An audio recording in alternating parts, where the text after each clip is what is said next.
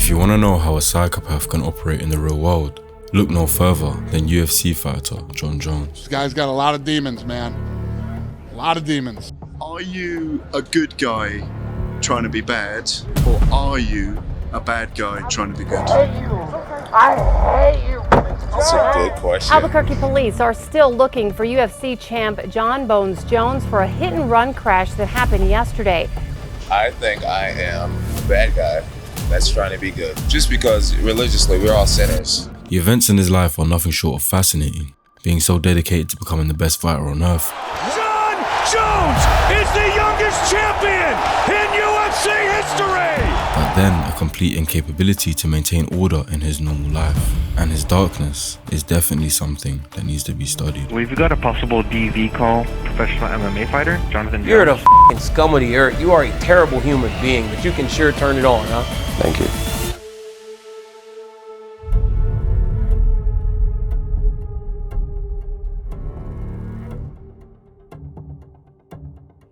Before we delve into the darker chapters of Jon Jones's life, it's important to understand his roots and where it all began. Jon was born into a family steeped in athletic prowess. His older brother Arthur and younger brother Chandler both made careers in the NFL, achieving notable success in professional football, whilst Jon took a different path, pursuing mixed martial arts. Athleticism and competition were core to the Jones family, but each sibling found a unique way to channel their talents. Growing up in a religious household with a pastor for a father, Jon was instilled with traditional values and a sense of discipline from a young age. His family emphasized the importance of faith and moral principles, aiming to guide him and his siblings in the right direction. However, life wasn't free from tragedy. His older sister Carmen passed away after a long battle with cancer. This loss was devastating for Jon and may have contributed to his inner turmoil and search for meaning. This tragic event left a lasting mark on Jon, who as a teenager sought purpose and direction in life. During this period of soul searching, he discovered mixed martial arts, a discipline that will become his life's calling. Driven by a fierce determination, Jon set his sights on becoming a fighter, honing his skills with unmatched focus and intensity. Though his story would later be littered with controversy, as we'll get into, Jon's extreme talent and unrelenting drive are nothing short of superior. In his early years, he trained tirelessly, often sacrificing typical teenage pursuits for long hours in the gym, laser focused on one goal: to be the best. Who was Jon when he first walked into the camp? Who was that guy? He was an eager student. Jon just wanted to learn, very eager to be the guy. I remember we went out one time and he's like, "Oh man, what is it like to have, people come up to you and want to take pictures?" And I'm like, "One day you'll find out, And still counting. He became one of the UFC's most promising fighters, even dropping out of college to chase his dreams. By the age of 23, he had achieved what many could only aspire. He became the youngest champion in UFC history. This was not just a personal victory, but a moment that made history in the sport. Jon Jones is the youngest champion in UFC history! But with this unprecedented success came fame, and perhaps too soon. You see, sudden stardom and success, especially at such a young age, can contribute to what some would term a god complex. For someone as young and exceptionally talented as Jones, this swift rise to fame distorted the boundaries that ground most people. According to psychologists, excessive validation, especially at a formative age, can distort one's self-image. In Jon's case, constant praise and attention may have led him to feel as though the rules don't apply to him, creating a powerful sense of entitlement and narcissism. It's common for young athletes in Jon's position to develop a distorted reality where everything revolves around their talent and image. When young individuals like Jon achieve such monumental success, they often become isolated in an echo chamber where everyone tells them they're the best. This type of environment reinforces their self-belief to the point where they start to feel invincible. Fame amplifies this effect, with people in their orbit praising them, handling their problems, and sometimes even bending the rules on their behalf. For someone as young as Jon, these messages became a reality that could cloud judgment and encourage reckless behavior. Psychologically, there's also an element of brain development. Research shows that the human brain continues maturing well into one's mid-20s, particularly in areas related to decision-making and impulse control. For young champions like Jon, navigating fame without a fully developed sense of long-term consequences can be dangerous. Unfortunately, Jon didn't have the proper support systems to manage these pressures healthily. With fame and fortune constantly fueling his lifestyle, he began to develop unhealthy coping mechanisms, eventually entangling his career with bouts of substance abuse and legal troubles.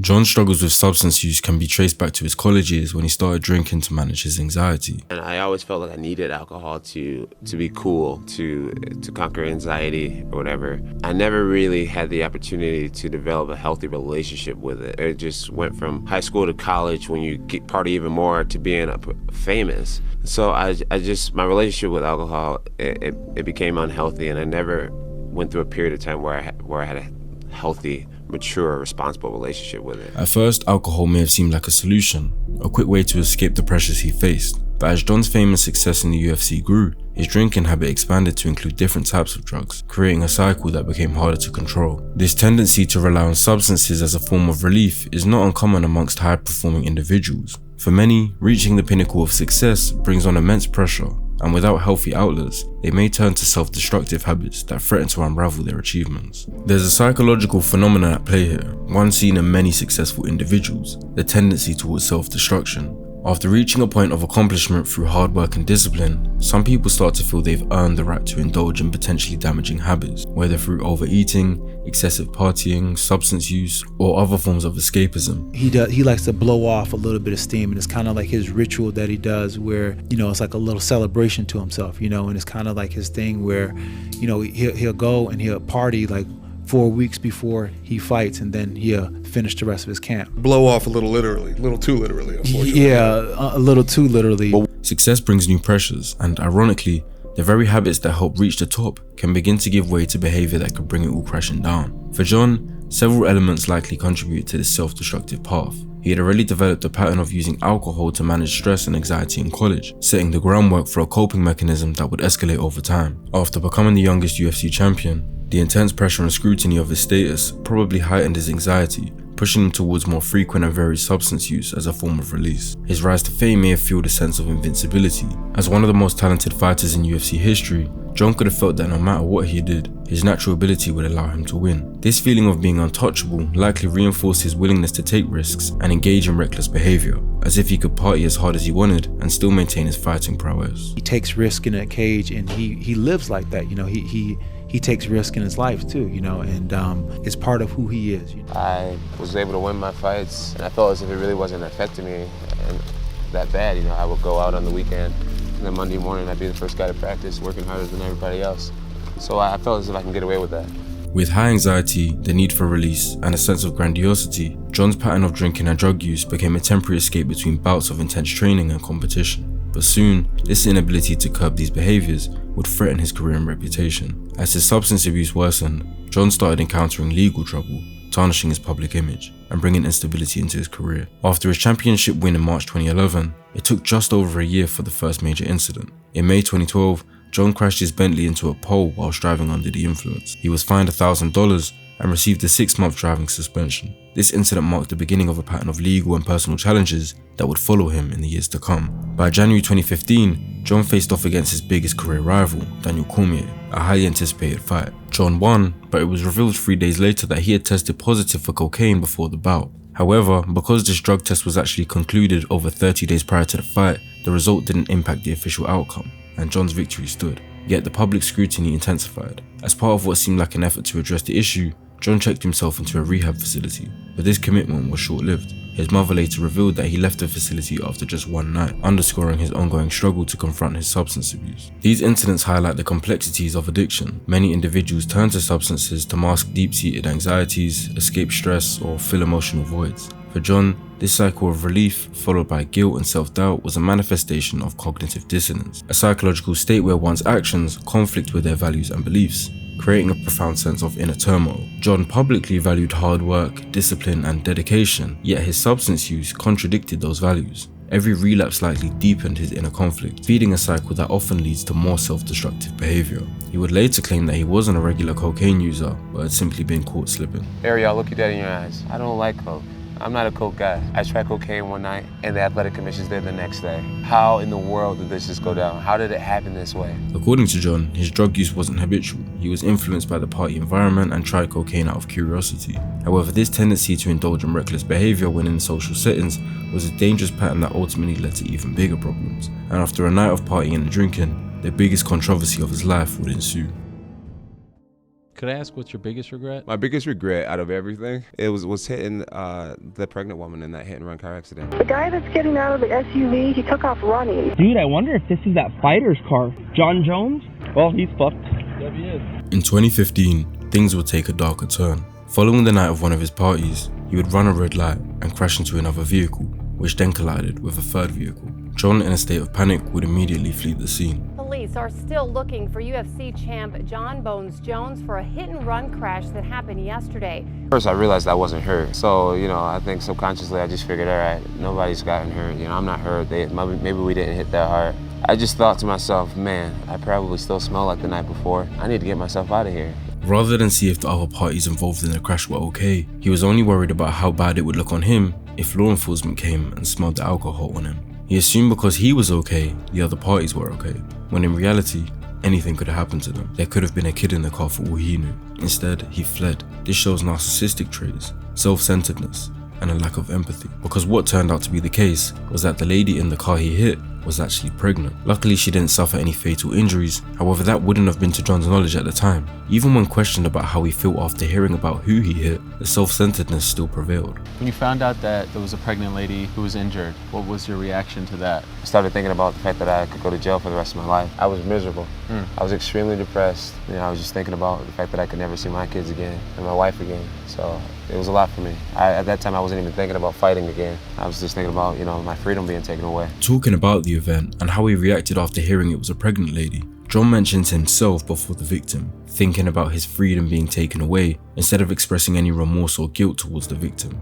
Again, showing that lack of empathy and proving his narcissistic self-centeredness. The thing is, to make it to the top of industries like sport or business, arrogance is often needed, and arrogance often breeds narcissism. Jon Jones, having to make sure the UFC world centers around him and his success he's had as a fighter, may have slipped into the real world, where he believes it's all about him. That same entitlement and strong ego stood out in a moment like this. Jon turned himself into authorities the following day and was released on $2,500 bail. Subsequently, the UFC stripped him of his light heavyweight title and suspended him indefinitely. With this whole scenario, psychologists call this moral disengagement, a state where one's mind rationalizes harmful actions to protect the self-image. This allows a person to detach from the morality of their actions, justifying their behavior to avoid facing guilt. For Jones, his success may have fed his sense of invincibility, making accountability a foreign concept, which made him able to flee the scene to protect himself. And although this was one of his lowest ever points and he vowed for a change in his behavior, Jon Jones would continue to be the villain. Hey, are you still there? I'm here. Yeah. I'm here. You're just the fakest person. I actually admire that you can actually be this fake, and like when the TV comes on, how you can just change. It's like you're a chameleon. One of the most notorious rivalries in UFC history was between Jon Jones and Daniel Cormier. Their verbal sparring became as iconic as their physical clashes in the ring. But for Jones, the rivalry seemed to feel something deeper, a need to dominate his opponent, not just physically but psychologically. Now, I don't want to get the lines blurred because trash talk is completely normal and almost necessary in combat sports to sell more tickets. They typically don't have a real hatred for each other but pretend to for the fight. And that may have been the case here, but I believe there's a bit more to it for us to analyze. You are just terrible. You're the f***ing scum of the earth. You are a terrible human being, but you can sure turn it on, huh? Thank you. Jon had been so dominant in his career at this point, but I think there were two reasons that Daniel Cormier brought out his best performances but the worst of his character. DC was his most skilled opponent yet, and Jon may have had a genuine fear of losing to him. This may have been why he believed if he could dominate him psychologically, it could weaken him for the fight. To add on to this point, DC was in a better life position at this time. He had a family, no legal troubles, and fit into that role model persona that Jon couldn't fulfill, and this caused Jon to reach into that arrogant side of his. I'm sitting on 10 mil, baby. What you sitting on? You're more money than you and your whole family. Doesn't matter. However, this didn't come without DC's own comments, ones that would trigger Jon. I wish they would let me next door so I could spit in your f***ing face. You know I would absolutely kill you if you ever did something like that, You right? could never kill me. Oh, I bet you I could. I'm not saying I would fight you. I said I would kill you if John, you did some so John, do you think I'm just gonna sit there and let you kill me, John? You see that switch on Jon's face, that he is literally considering murder if he was spat on, whilst Daniel Cormier thinks it's still trash talk. There's a darkness behind those eyes, a man who is definitely capable of evil, but knows how to turn it on and off for the cameras, a chameleon, as DC called him. Jones would win both fights against DC, however on the second fight, he proved that he did have that fear of Cormier, as he got caught using steroids. and the fight would be ruled a no contest. Using PEDs and lying about it was straight up deception from Jon. He lied to his fans, he ruined DC's self-image, making him think he lost fair and square, and he showed how his ego craves domination. He won the first fight, but he didn't finish or submit Cormier, it went the distance. So maybe this time, to ensure full physical and psychological domination, he had to cheat to ensure he got that finish. Studies indicate that individuals with these tendencies view rivals as personal threats, pushing them to crush the competition by any means necessary. For Jones, this need to be the best at all costs was a central theme in his life, and his downfall. I mentioned Jon being a chameleon, knowing how to change for the cameras whilst being different in private, and although he again vowed to change, things would continuously get worse. Jon hadn't kept his nose clean after being banned from the PED usage. He was once again arrested for driving under the influence. Reach behind the passenger seat, grab me that open bottle. So I do have to place you under arrest for DWI, okay? Yes, sir. A recurring issue with alcohol and vehicles that Jon was still unable to prevent himself falling back into. But this wouldn't be his worst moment. Jon would be inducted into the UFC Hall of Fame, a great achievement. However, the same night of this accomplishment, the police would have to get involved in Jon's family life. Got a possible DV call, domestic violence call. Female is bleeding from the nose and mouth while the male is up at the room. And he's actually a professional MMA fighter, Jonathan Jones. Do you have a name for her at all? Jesse Moses. Jon would celebrate by heading to the strip club with $10K in cash, before returning home, apparently drunk, and in front of his own kids, Jon would assault his fiancée. Police responded to the report, and when arresting Jon, he proved once more how his dark psychology operates. Officer Nerd, calm down, bro. Heard me in my Hall of Fame night, just because I'm big and black. A black man can't drink, getting elected into the Hall of Fame, and now this is what I got. Instead of acknowledging his wrongdoings, or at the very least just staying quiet and waiting for his lawyer, Jon stoops to the level of self-victimization and deflection that makes it hard to even feel sorry for him. Using the "it's because I'm black" card in a situation where you just abused your fiancé is bottom barrel, and the continuous pointing out of it being his night, his special day inducted into the Hall of Fame, completely confirms his narcissism and grandiosity. Just like how he didn't care for the woman he crashed into, only worrying about himself and potential legal troubles, he now doesn't care about the love of his life that he just harmed, but instead, he's the one hard done by. This was his first time getting caught for something like this, and she was very hesitant to tell the police the details, so we can only imagine what else would have happened that didn't get reported. This incident marked a critical point in Jon's story, delving into traits associated with psychopathy, impulsivity, disregard for consequences, and manipulation. While psychopathy isn't a clinical diagnosis for Jones, his behavior fits certain patterns, such as a lack of empathy and poor impulse control. In this moment, his outburst about race showcased a deflection, an attempt to evade responsibility by shifting the narrative away from his actions. Jon Jones' story is a study in contrast. The athlete who reached legendary heights, but was weighed down by his own dark psychology. His tale warns of what happens when talent meets unchecked ego and unresolved demons. It's a story without a clear end, as Jones remains haunted by the same struggles. This analysis isn't a diagnosis, but rather a lens through which we can understand Jon Jones' choices. Narcissism, addiction, cognitive dissonance, and perhaps even psychopathy. These elements intertwine to shape a man both gifted and troubled. Ultimately, the dark psychology of Jon Jones is a reminder that fame and talent can come with a steep price, one that few can afford to pay.